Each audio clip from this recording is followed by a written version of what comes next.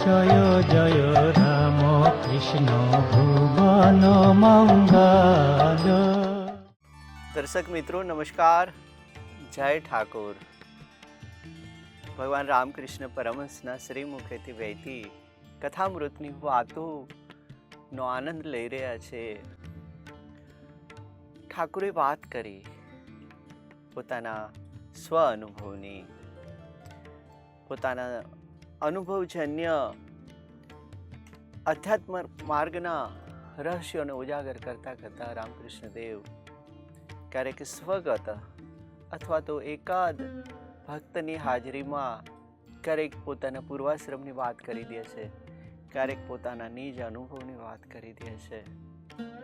નિર્વિકલ્પ સમાધિની એક ઊંચાઈએ પહોંચ્યા પછી જૂજ લોકો પોતાનું શરીર ટકાવી શકતા હોય છે। આ ધરતી ઉપર એમનો દેહ રહેતો જ નથી હોતો નિર્વિકલ્પ સમાધિ પહોંચ્યા પછી, પરંતુ પોતાના અનુભવોને જન સમાજને, આધ્યાત્મિક માર્ગના સાધકોને પથ પ્રદર્શક બનીને રામકૃષ્ણ દેવે જે કથામૃતમાં વાતો લખી છે એ અનન્ય છે। રામકૃષ્ણ દેવ કહે છે કે જ્યારે તોતાપુરી આવેલા છે દક્ષિણેશ્વરમાં, અદ્વૈતની ઉચ્ચ ભૂમિકાએ જે બિરાજમાન છે આ તોતાપુરી, મજાની વાત તો એ છે કે પદ્મલોચન જેવા વેદાંતી અને તોતાપુરી જેવા વેદાંતીને ભક્તિ માર્ગનો અનુભવ રામકૃષ્ણ દેવે ભજન ગાઈને કરાયો છે। કે છે એમનો એક પ્રસંગ કે નાગાજી, તોતાપુરીને સંબોધન નાગાજી તરીકે કહેતા, કારણ કે દિગંબર અવસ્થામાં તોતાપુરી કાયમ રહેતા। કે નાગાજી જ્યારે અહીંયા હતા દક્ષિણેશ્વરમાં, તો એક વહેલી સવારે માં કાલીનું, ભવતારિણીનું મેં કીર્તન ગાયું હતું આર્દ્રતાથી, જ્યાં હૃદય આર્દ્ર બની જાય। આ આર્દ્રતાપૂર્વક જ્યારે મેં ભજન સંભળાયું હતું તોતાપુરીને, ત્યારે આંખોમાંથી શ્રાવણ ભાદરવો વરસતો તો તોતાપુરીને આંખોમાંથી, જે તોતાપુરીએ ઠાકુરને કીધેલું કે શું આખો દિવસ તું રોટલા ઘડે રાખે છે, માં કાલી, માં કાલી, માં કાલી, એ જ તોતાપુરી એમનું ભજન સાંભળી અને રડ્યા છે। કહે છે કે પદ્મલોચન જેવા એક ઉચ્ચતર વેદાંતીને પણ મેં એક ભજન સંભળાવી અને રોવડાવ્યા હતા। અનુભૂતિનું જગત, જ્યાં ઈષ્ટ અને સાધક એક બની જાય ત્યારે આ વાત સંભવે છે। ઠાકુરે બહુ ટૂંકી વાતમાં મોટી વાત કરી દે છે। કહે છે કે તમારું ક્ષોભ અને વાસના જેમ જેમ ઘટતા જશે, વાસનાનું સ્તર જેમ ઘટતું જશે, એમ તમે ઈશ્વરની પવિત્રતાની અનુભૂતિ કરી શકશો। જ્યાં સુધી માણસના મનની અંદર કલુષિતતાઓ છે, મલિન ભાવ છે, પદાર્થો પ્રત્યેનો એક એટેચમેન્ટ છે, લગાવ છે, ખેંચાણ છે, શરીર સંબંધી સુખોનું, ભોગ વિલાસનું, સ્વાદનું, આ બધા વાસનાના સૂક્ષ્મ સ્વરૂપો છે। માત્ર એ જ નહીં, પરંતુ ઘણીવાર સાધકને છેતરામણી પણ અનુભૂતિ થાય। કહે છે કે મને કંઈ અભિમાન નથી, પણ એ પણ એક પ્રકારનું અભિમાન જ છે કે તમને અભિમાન નથી। એ એટલો જે જાગૃતિ ભાવ છે એ પણ એક અભિમાનનો જ પ્રકાર છે। એટલે વખતો વખત સાધકે જાગતું રહેવું પડે છે। ક્યારે એ બીજી સપાટી તરફ લપસી જશે એનું કંઈ નક્કી નથી હોતું। ક્યાંક જંગલમાં, ક્યાંક એકાંતવાસની અંદર એમ લાગે કે હું બધાથી દૂર છું, ત્યારે એક સ્થૂળ જગત છોડી અને માણસ બીજું એક મનોમય જગત પાછું ખડું કરી દેતું હોય છે, એ જ તો બંધનમાં નાખે છે। રામકૃષ્ણ દેવ કહે છે કે મારું પોતાનું જે સચરાચરની અંદર એમ કે આ વ્યાપ્ત ચૈતન્ય છે એનો મને અનુભવ ક્યાં ક્યાં થયો છે। એ વાત કહે છે કે બર્દવાનથી જ્યારે હું પાછો આવતો હતો ત્યારે અચાનક મેં ખેતર તરફ દોટ મૂકેલી અને મનમાં એવો ભાવ થયો કે આ ખેતરની અંદર જે નાના નાના જીવ જંતુઓ જે શું ખાતા હશે। જે વ્યક્તિત્વ છે એ સમગ્રતાની સાથે એકાકાર અનુભવે છે। ચૈતન્યનો જે આખો વિલાસ છે, જ્યાં એક કક્ષાએ પહોંચ્યા પછી એને લાગે છે કે આ તો સમગ્ર ચૈતન્યનો એક હું ભાગ છું, એટલે એને આવો ભાવ થાય છે કે આ નાના નાના સૂક્ષ્મ જીવો શું ખાતા હશે. અને ખેતરમાં જઈને જોવે છે તો ઝીણી ઝીણી સૂક્ષ્મ જીવાતો કંઈ ને કંઈ, કોઈ પાંદડા, કોઈ કંઈક કોતરીને પોતાનું એ ભક્ષણ કરતા હતા રામકૃષ્ણદેવ જોવે છે. જ્યારે કીડીઓની હારમાળાને જોવે છે, એક કીડીમાં એના જે દરમાંથી જ્યારે નાના નાના એમના એ ઈંડા લઈને કીડીઓ જતી હોય છે, આ પણ એક તમને બ્રહ્મની અનુભૂતિ કરાવી દે છે કે આટલા અસંખ્ય જીવો આપણે જોઈ રહ્યા છે. આનું કોણ એ સંચાલન કરતું હશે? કોણ આનું એક ચાલક બળ હશે?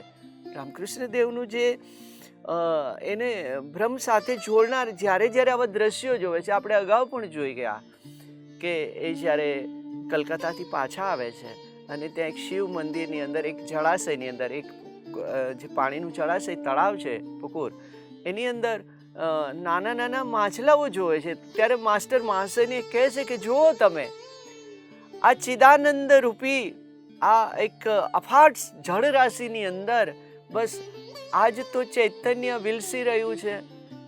જે ચેતના, એક ચૈતન્ય છે, જ્યાં ચલાયમાન એ દ્રશ્ય જોવે છે. માછલાઓને એ બધા જ આમ એક મોટા સમૂહમાં ઝીણી ઝીણી ઝીણી ઝીણી માછલીઓ અસંખ્યને જોવે છે. તો એ જે ચિદાનંદનો મહાસાગરમાં જેમ વિલસી રહ્યું છે, આ બધા જ દ્રશ્યો રામકૃષ્ણ દેવ જ્યારે જ્યારે જોવે છે ત્યારે એ સમાધિમાં સરી પડે છે. એમના નેત્રોની અંદરથી એક દિવ્ય તેજ પ્રસરી રહ્યું છે. એમના સાક્ષી છે હાજરા મહાશયને, કહે છે કે એના મુખારબિંદ ઉપર જ્યારે જ્યારે એ સ્વ અનુભૂતિની વાત કરી રહ્યા છે ત્યારે ગ્રેશ, એક સંપૂર્ણ ચૈતન્ય અવસ્થા રામકૃષ્ણ દેવની ચહેરા પર ઝળકતી હતી. અને પોતે ઘણીવાર બોલી ઉઠતા કે ધન્ય ધન્ય. હાજરા મહાશય જ્યારે બોલે છે 2 વાર, રામકૃષ્ણ દેવની આ અવસ્થાની અંદર 2 વાર ધન્ય ધન્ય બોલે છે. અને રામકૃષ્ણ દેવની મજા એ છે કે ક્યારે કોઈની કેર નથી કરી, ક્યારે કોઈની પરવા નથી કરી. જ્યારે કાલી કીર્તન વખતે આપણે શરૂઆતમાં પ્રસંગ જોઈ ગયા હતા કે જ્યારે કાલી મંદિરની સ્થાપના થાય છે અને એમના જે મુખ્ય યજમાન છે, કાલી મંદિર બંધાવનાર પરમ વિદુષી ભક્ત ધનાઢ્ય સ્ત્રી રાણી રાસમણી, ઠાકુરને એ છોટી બાબા કહીને જે એને માન આપ્યું છે, વાસ્તવમાં તો રામકૃષ્ણ દેવના સાચા અર્થમાં કેરટેકર રાણી રાસમણી અને મથુરા બાબુ રહ્યા છે. જ્યારે રાણી બેઠા છે કાલી કીર્તનની અંદર અને અચાનક શું ઘટના એવી બને છે કે રામકૃષ્ણ દેવે એક સડાક દઈ અને રાસમણીના ગાલ ઉપર તમાચો લગાવી દીધો. તો આખો ત્યારનો એ સમાજ રાણી રાસમણીના જે કંઈ એમના સેવકો હતા ને ધ્રુજી ઉઠે છે કે રાણી હમણાં અમને કાઢી મૂકશે. પણ એક પણ રેખાની, એક ચહેરાની રેખા બદલ્યા વગર રાણીએ 2 હાથ છોડ્યા હતા. રામકૃષ્ણ દેવે એ કીધું એને કે માના કીર્તન વખતે તું જમીન જાગીરના વિચાર કરસ, તું મા સામે બેઠી છું. આ કોણ કહી શકે? આર પાર જે દ્રશ્ય, રાણીએ હાથ જોડ્યા છે કે છોટે બાબા મારી ભૂલ થઈ ગઈ છે. કહે છે કે જો આ સ્વીકાર, આ ઉચ્ચ કક્ષાના સાધકની નિશાની છે કે જેમના કારણે, જેના દ્રવ્યને કારણે, જેના ધનને કારણે આખું મંદિર બન્યું છે, જેના મુખ્ય પુરસ્કર્તા છે, એ રાણીના ગાલ ઉપર તમાચો ઝીલો છે. ત્યારે શું વાતાવરણ હશે? અહીંયા હાજરાને સ્પષ્ટ રીતે કે જ્યારે હાજરા બોલે છે ધન્ય ધન્ય, તો કહે છે કે તમારામાં શ્રદ્ધા અને વિશ્વાસ ક્યાં છે? રામકૃષ્ણ દેવ સ્પષ્ટ અહીંયા બોલ્યા છે કે તમારામાં શ્રદ્ધા અને વિશ્વાસ ક્યાં છે? હા, જ્યારે લીલા થતી હોય ત્યારે જેમ પૂરક પાત્રો હાજરી પુરાવે ને, જેના કારણે લીલા, જે કોઈ મોટી નાટક મંડળી હોય એમાં એક્સ્ટ્રા કલાકારો જેમ હોય છે ને, એ જ રીતે એમ કે તમારી હાજરીથી થોડુંક એ વાતાવરણ બને એટલા પૂરતી તમારી હાજરી છે. કેટલી મોટી વાત! રામકૃષ્ણ જે નજીક છે, સાધક છે, શિષ્ય છે, એમની આર પાર જોઈ શકે છે. હજુ તમારામાં શ્રદ્ધા અને વિશ્વાસ જ ક્યાં છે? માત્ર તમારી હાજરી તો કેવી છે કે એક લીલાની અંદર પૂરક પાત્રો હોય એટલા જ માત્ર તમે પાત્ર છો, એથી વિશેષ કંઈ નથી. રામકૃષ્ણ દેવે નરેન્દ્ર વિશે છે કે એ અહોભાવના એ શબ્દો છે. બધા માટે એનો સ્પષ્ટ અભિપ્રાય છે. ક્યાંય કોઈ આડપંપાળ નથી કરી, કોઈ ધનિકને મહત્વ દીધું છે કે કોઈ વિદ્વાનને એના વિદ્વતાથી અંજાઈ ગયા છે કે એવી અહીંયા દક્ષિણેશ્વરમાં કોઈ વાત નથી. પારદર્શક ટ્રાન્સપરન્ટ જોઈ શકે છે. અરે ઠાકુરના જીવનના તો કેટલા પ્રસંગો છે જ્યારે કામુક કે કોઈ ભોગ વિલાસી માણસને જોવે છે, રામકૃષ્ણ દેવ માં ભવતારિણીની મૂર્તિની પાછળ જઈ અને સંતાઈ જાય છે કે માં મારે આવા લોકોની સામે જવાનું. એક પવિત્ર ખોડિયું છે રામકૃષ્ણ દેવનું. મથુરા બાબુએ તો જ્યારે રામકૃષ્ણ દેવ નજીક છે અને જેમ જેમ એને અનુભૂતિ થતી જાય છે મથુરા બાબુને, જ્યારે એ ઓસરીની અંદર જોવે છે કે રામકૃષ્ણ દેવ સાંજે દક્ષિણેશ્વરની ઓસરીમાં જતા હોય છે અને ત્યાં સ્તબ્ધ બની જાય છે. આવીને ઠાકોરના પગ પકડી લેતા હતા કે બાબા હું શું જોઉં છું કે તમે જ્યારે આમ જાઓ છો ત્યારે મને એવું લાગે છે કે માં કાલીને હું દર્શન કરું, જ્યારે આવો છો ત્યારે તમે શિવ સ્વરૂપે છો. એ જ મથુરા બાબુએ રામકૃષ્ણ દેવને કીધું હતું કે હું અનુભવી રહ્યો છું કે તમારા ખોડિયાની અંદર, તમારા શરીરની અંદર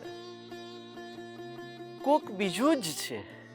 આવું સ્પષ્ટ કીધું છે કે હું જોઈ રહ્યો છું કે જેમ એક કોળાની અંદર માત્ર એક આકાર જ હોય છે, અંદર બિયા કે ગર્ભ કે બીજું કશું જ નથી હોતું. માત્ર તમે એક ખોડિયું જ છો, પણ અંદર તો કોઈક પરમ ચૈતન્ય તમારું સંચાલન કરી રહ્યા હોય એવું લાગે છે. અને વિશેષ પણ એ કહે છે રામકૃષ્ણ દેવને કે હું શું જોઉં છું, તો એમ કે એક ઘૂંઘટની અંદર, પહેલા ખોડિયાની વાત કરે, બીજી વાત કરે છે એક ઘૂંઘટમાંથી કોઈ ઝાંકી રહ્યું હોય એમ તમારી પ્રત્યે જ્યારે જ્યારે હું જોઉં છું ત્યારે મને આવી અનુભૂતિ થાય છે કે અંદર કોક બીજું વિલસી રહ્યું છે. અને નજીક આવનાર દરેક ભક્તોને આ અનુભૂતિ થતી કે આ અવતાર પુરુષ આપણે એની નજીક છે, અંદર તો કોક બીજું જ કંઈક વાત કરી રહ્યું છે. રામકૃષ્ણ દેવે જ્યારે આ ભક્તોની સાથે સંવાદ કરી રહ્યા છે ત્યારે એ સ્વમુખે પોતાના બચપણની વાત કરે છે. કહે છે કે મારા પિતાજી જ્યારે ગયા હતા અને ત્યારે એને સ્વપ્નમાં ભગવાને આવીને કીધું છે કે હું તારે ત્યાં આવું છું. પિતાજીએ કીધું કે હું તમને કેમ સંભાળી શકીશ. આ પ્રસંગને રામકૃષ્ણદેવ ફરી પાછો યાદ કર્યો છે. શું ઇંગિત કરી રહ્યા છે કે અંશાવતાર અવતારનું આવું એની વાત કરે છે. એ પછીની જે વાત આવે છે કથામૃતમાં કહે છે કે હૃદયની માં એટલે એમના મોટા બેન વિશે કહે છે કે કામાર પુકુર અમારી ઘરે જ્યારે આંટો દેવા આવ્યા હતા અને ત્યારે અચાનક મારો પગ એના મસ્તક ઉપર એમને આવી ગયો છે. જ્યાં બેન બેઠા છે એના મસ્તક ઉપર રામકૃષ્ણદેવ નાના એવા ગદાધર છે, ત્યારે તો રામકૃષ્ણદેવ નામ પણ નહોતું. ગદાધરનો પગ એના પ્રણામ કરે છે. એમને એક સ્વીકાર ભાવ છે. હૃદયનાથના જે મા હતા એમના બેન રામકૃષ્ણદેવના, એમને એક ચૈતન્ય સ્વરૂપે બચપણથી એમનો સ્વીકાર કરી લીધો હતો. એમની પૂજા કરતા હતા, એમને વંદન કરતા હતા. રામકૃષ્ણદેવે હાથને એના માથા ઉપર મસ્તક ઉપર પગ મૂક્યો હતો અને ત્યારે એ બોલ્યા હતા કે જે મારી અંદર છે એ કંઈક કહી રહ્યું છે અને જા તારો દેહ કાશીમાં પડશે. એમને એક કહે છે કે તારું શરીર એ કાશીની અંદર વિલીન થશે અને પછીના વર્ષોમાં બને છે. પણ એમ આ શું એમ કે ભવિષ્યની વાતો દ્વારા રામકૃષ્ણદેવ કરી રહ્યા છે. એને ચમત્કાર ક્યારેક ગણ્યા નથી આજુબાજુના લોકોએ, પરંતુ એને સાક્ષાત્કારની અનુભૂતિ થઈ છે કે કોઈ દિવ્ય ચેતના એમની આજુબાજુ એમનો પ્રભાવ છે. અને રામકૃષ્ણ દેવને સદેહે લોકોએ એમની હયાતીમાં જ આ સ્વીકાર ભાવ આવી ગયો હતો. કથામૃતની વાતો માણસને ઉર્ધ્વગમન તરફ લઈ જાય છે, એક દિશા ઇંગિત કરે છે અને એમના જે પ્રસંગો છે એ સ્વ અનુભવથી સાધકને આગળ ને આગળ ઊભો છે જ્યાં સાધક ત્યાંથી એક ડગલું આગળ લઈ જાય છે. કશું અસંભવ નથી. માણસ જો ધારે તો સાધના દ્વારા એક ઊંચાઈને પામતો હોય છે. તોતાપુરી મહારાજનો ઉપદેશ, તોતાપુરીજી સાથેના જે પ્રસંગો છે રામકૃષ્ણ દેવે ઘણીવાર વાગોળ્યા છે. એમની સાથે જ્યારે વેદાંતની દીક્ષા દેવા આવ્યા છે દક્ષિણેશ્વર, ત્યારે એ અનુભૂતિની ઘણી બધી વાતો કરી છે. એટલે અહીંયા એમને તોતાપુરીજીને યાદ કરીને કહે છે કે નાગાજી કહેતા હતા કે સચ્ચિદાનંદ રૂપી જે મહાસાગર છે એમાં જ્યારે તરંગ ઉઠે છે એ કારણ છે, અને કારણ દ્વારા જ કાર્ય શક્તિ એ સક્રિય બને છે. અને ત્યાંથી જે સચ્ચિદાનંદ રૂપી જે સાગરની અંદર તરંગ ઉઠે છે એના દ્વારા જ ઉત્પત્તિ, પ્રલય અને વિનાશની ભૂમિકાઓ સર્જાતી હોય છે. વેદાંતની ઉચ્ચ કક્ષાએ કે જ્યાં ભાવ જગત ક્યાંક વિલીન થઈ જતું હોય છે, એક શુષ્કતા આવી જાય છે. જ્યારે તમામ રહસ્યોને તમે નજીકથી એક દ્રશ્યમાન રીતે જોઈ શકો છો, એ વેદાંતની ભૂમિકા એ. પરંતુ રામકૃષ્ણ દેવના જીવનમાં તોતાપુરીજીનું પુનરાવર્તન નથી થયું. રામકૃષ્ણ દેવની મજા એ છે કે એમને અદ્વૈત ચિદાનંદ, અદ્વૈત ચૈતન્ય અને નિત્યાનંદ, આ ત્રણ શબ્દો ઠાકુર ઘણીવાર બોલતા હતા. અદ્વૈત, ચૈતન્ય અને ચિદાનંદ. અદ્વૈતની ભૂમિકાએ પહોંચે માણસ, નિરાકારની ભૂમિકાએ. વેદાંત માર્ગની અંદર જેમ જેમ અભ્યાસે આગળ વધે એટલે બધું જ એના માટે સહજ એક સ્પષ્ટીકરણ થઈ જતું હોય છે. એટલે એ ચૈતન્યની નજીક જતો હોય છે કે આ જે ચલાયમાન જે એક શક્તિ છે એને અનુભૂતિ થઈ જાય છે ચૈતન્યની. એટલે રહસ્ય સમજાવવાથી એની અંદર એક શુષ્કતા આવી જાય, એક શુષ્ક ભાવ આવી જાય. કોઈ પ્રત્યે એને અહોભાવ ન લાગે, કોઈથી એ બહુ અભિભૂત ન થાય. કોઈ આનંદ, ગંગા સતીએ કીધું ને કે હરખ કે શોકની નાવે જેને હેડકી, કંઈ બધું જ બરાબર.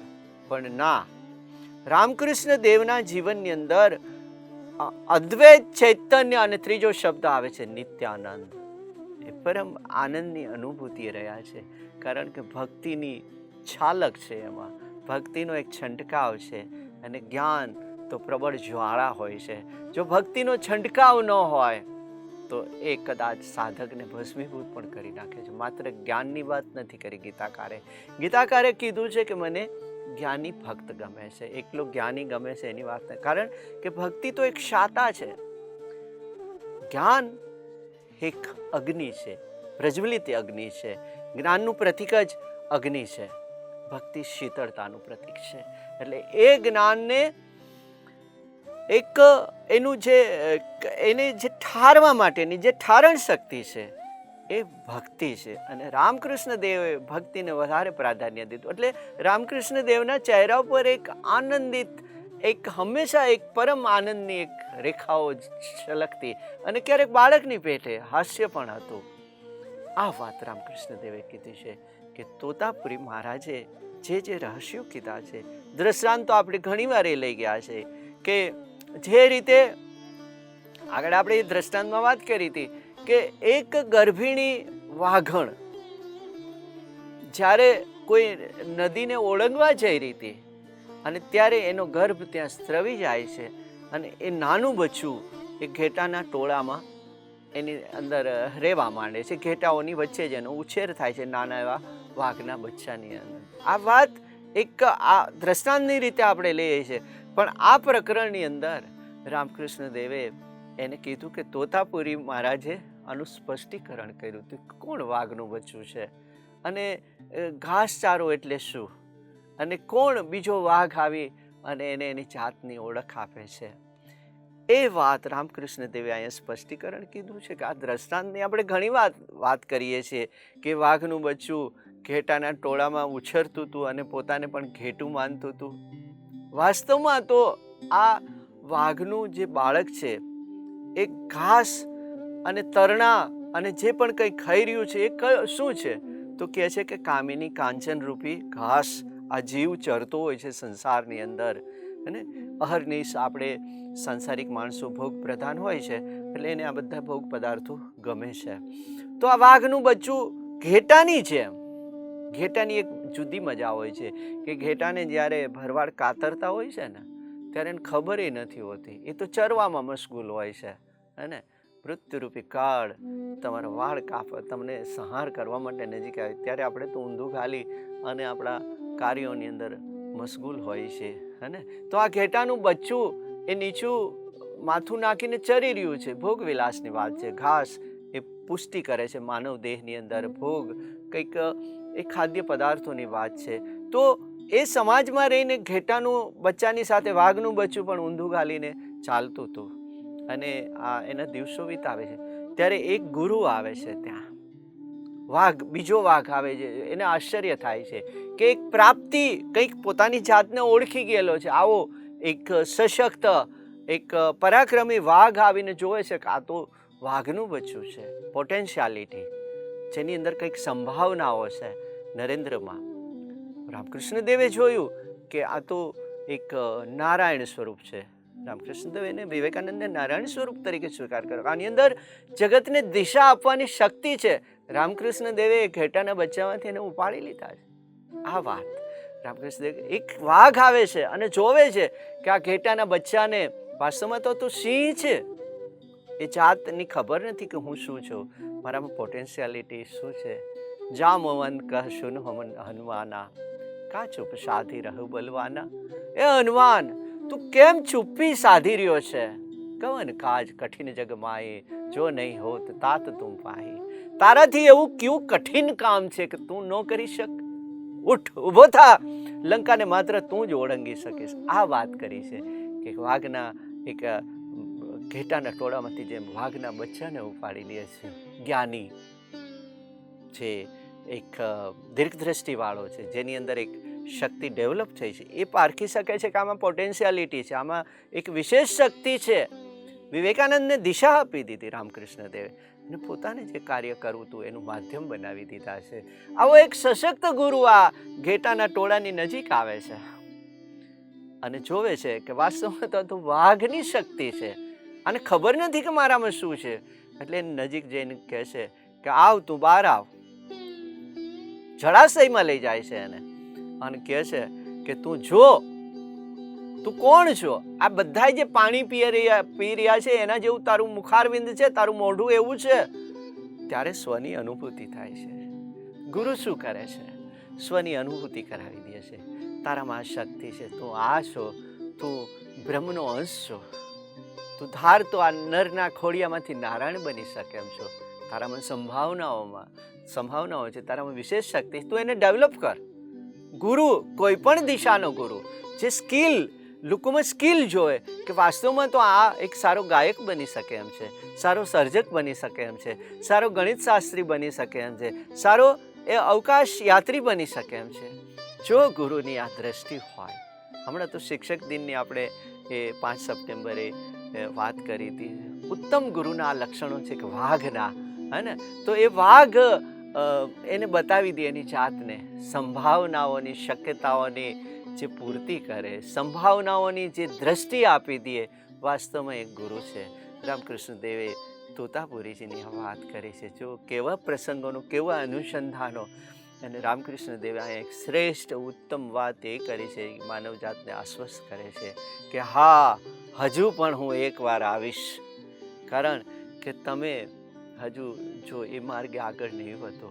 રામકૃષ્ણ દેવે એના જીવનમાં અદ્ભુત અભય વચન આપ્યું છે કે આ ધરતી ઉપર અધ્યાત્મ ક્ષેત્રે કોઈ પણ સાધક મારું માર્ગદર્શન માગવા જો મને પોકારશે ને, તો એના માટે મારે બીજો જન્મ લેવો પડશે તો પણ મને વાંધો નથી. આ સંતો પરોપકારી તો જો માણસ મોક્ષ અને નિર્વાણની વાત કરે છે. રામકૃષ્ણ દેવ કહે છે કે એક સાધક માટે જો હું કંઈક કરી શકું તો મને અહીંયા આવી અને આ કોઈ પણ દુઃખ ભોગવવાની મારી તૈયારી છે. દર્શક મિત્રો, ફરી પાછા કથામૃતની વાતનો દોર લઈ આવતા રવિવારે આપની સમક્ષ આવીશું.